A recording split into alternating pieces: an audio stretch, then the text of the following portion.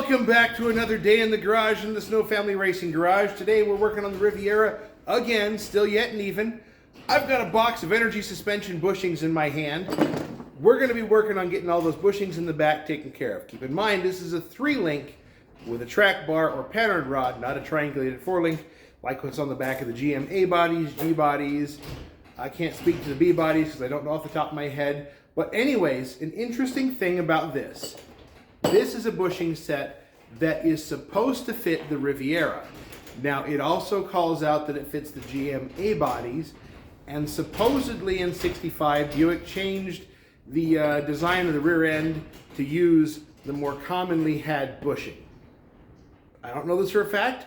We're going to find out, because I know supposedly the 63 and 4 have a different bushing diameter, which is harder to get. I don't know. We're going to find out. Let's get the tail end jacked up. I apologize for all the wind noise. It is very windy here today. Anyways, we're going after the upper 3rd link on this one. That's what it looks like. All those holes, it's actually 2 pieces so you can adjust the pinion angle. Anyways, I've got some penetrating oil sprayed on this.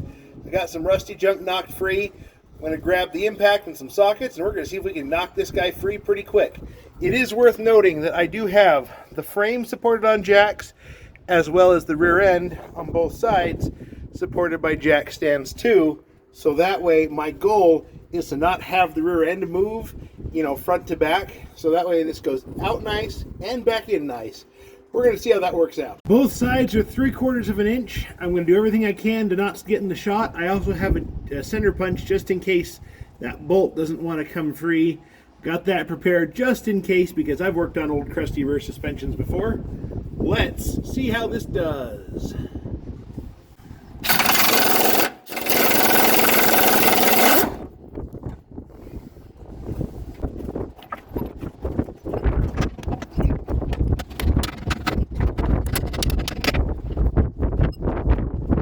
I literally had to pull some trickery. I had to pull on the rear differential because it kicked forward too far to get the bolt out through the frame. So I just grabbed the ever useful tie-down strap to a spot on the frame back there behind the bumper, gave it a tug, and flexed it out enough.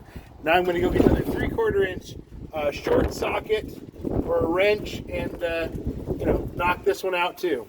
I've got it in my hands. There was no good way to get myself and the camera in there, so I've got it in my hands. Interestingly enough, there's only 3 bolts holding this together. I think I'm going to find another one and put it in that hole just because it makes me feel better. Anyways, I'm going to grab the new energy suspension bushings and compare them to what's here. And I'm going to wire wheel the crap out of this and at least get it painted back up and all that good stuff. So, let's keep moving. So I've discovered a problem with this. The bushings that I got are physically too short. Let me show you a little bit. Doing this one-handed, so bear with me. So, there's the original bushing. There's the ones that come in the energy suspension kit. Diametrically, they're right. Now, if you've ever played with energy suspension stuff before, like my 2005 Yukon XL, for example, I have energy suspension in the rear end. They sell you the polyurethane bushing, and they tell you to knock the rubber out of the original shell. So, as you can easily see, I've knocked the rubber out of the original shell. Now, keep in mind that this is still too short, but I've got a plan. The good news is the energy suspension bushing slides right in and fits snug. So, what I'm going to do, get that out, is I'm going to take 2 of these and I'm going to cut them up a little bit, cut them in half, and press that, kind of push them in from both sides. Now, energy suspension sells bulk bushings. This is the 3021C. So I can get more of these. They're $10 a piece. The original, the correct bushing for this, I did a lot of Googling around, is $114 from NAPA or Rare Parts. NAPA buys them from Rare Parts, and that is the long bushing. Now keep in mind, you have 6 of these on the rear end. The GM A-body kit that I got has, 4 control arms, 2 for each, each end. So 8. If my math is right, I got a lot of thoughts going through my mind. Anyways, so I'm going to take a couple measurements. I'm also going to reuse the original center pin because it's the right length. And I'm going to make my bushings match the original center pin. Whew, I know, that's a mouthful. Guys, you'll see what I'm talking about. All right, guys, I hope you like numbers because here they come. I proved it on the first side of the control arm. Now I'm going to do the other side. The pin measures 3.285 inches. I'm a machinist by trade, so this is how I'm measuring everything. So I got my numbers over here. The shell measures 2.830. That's kind of an average between the two. And I did some mathematications, and basically this has to be 1.62 something long overall, and this one has to be 1.62 something overall. But first, I'm measuring from the flange over, cutting it off, so that way I don't have that little diameter to contend with. And then this side, I need to keep 315 of that bigger shoulder. So I measure up 315, make a mark, saw through it. I'm using a band clamp to keep myself mostly guided in place.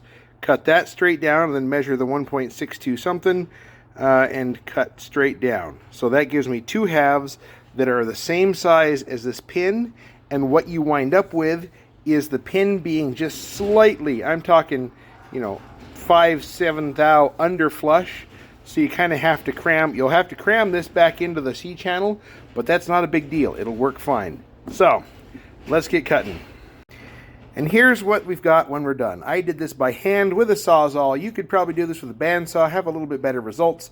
The lathe that I used to have, I was only taking care of while its owners had some things going on. So anyways, you could do this better with a real machine, but anyways, this is what we got. It's going to work great. Keep in mind, the pin is slightly larger than the pin that comes from the factory, or that is correct for the energy suspension parts, but that's okay because these bushings are like a perfect slip fit on the existing bushing shells. The difference is you put the pin in, which is a little bit bigger, forces everything out correctly. So here we go. Let's put this one back in. All right, guys, so when you're putting this back in, you may want to undo the track bar because it'll make the rear end tip a little bit differently and make it easier to get some of those bolts into place. The one on the differential fought me pretty hard because I put the one up at the front in first, and it's still windy as can be outside. So I'm getting this wrapped up, and hopefully we'll have it back on the ground. Oh yeah, be very careful when you're putting the bolts in through the other end. I dropped them into the frame, and I had to go fish them out with a magnet. It wasn't fun. Yeah, so keeping on, keeping on. So it took everything I had to loosen the track bar to get that upper control arm back in place. Went for a test drive, and you know something? Every bushing that we replace on this car, it drives a little bit better. So every time we step up to this thing, we're making it just a little bit better. And that's kind of what it's about. It's half the fun is driving it while you work on it, and we're certainly living that. Anyways, guys, thanks for watching. We'll catch you next time.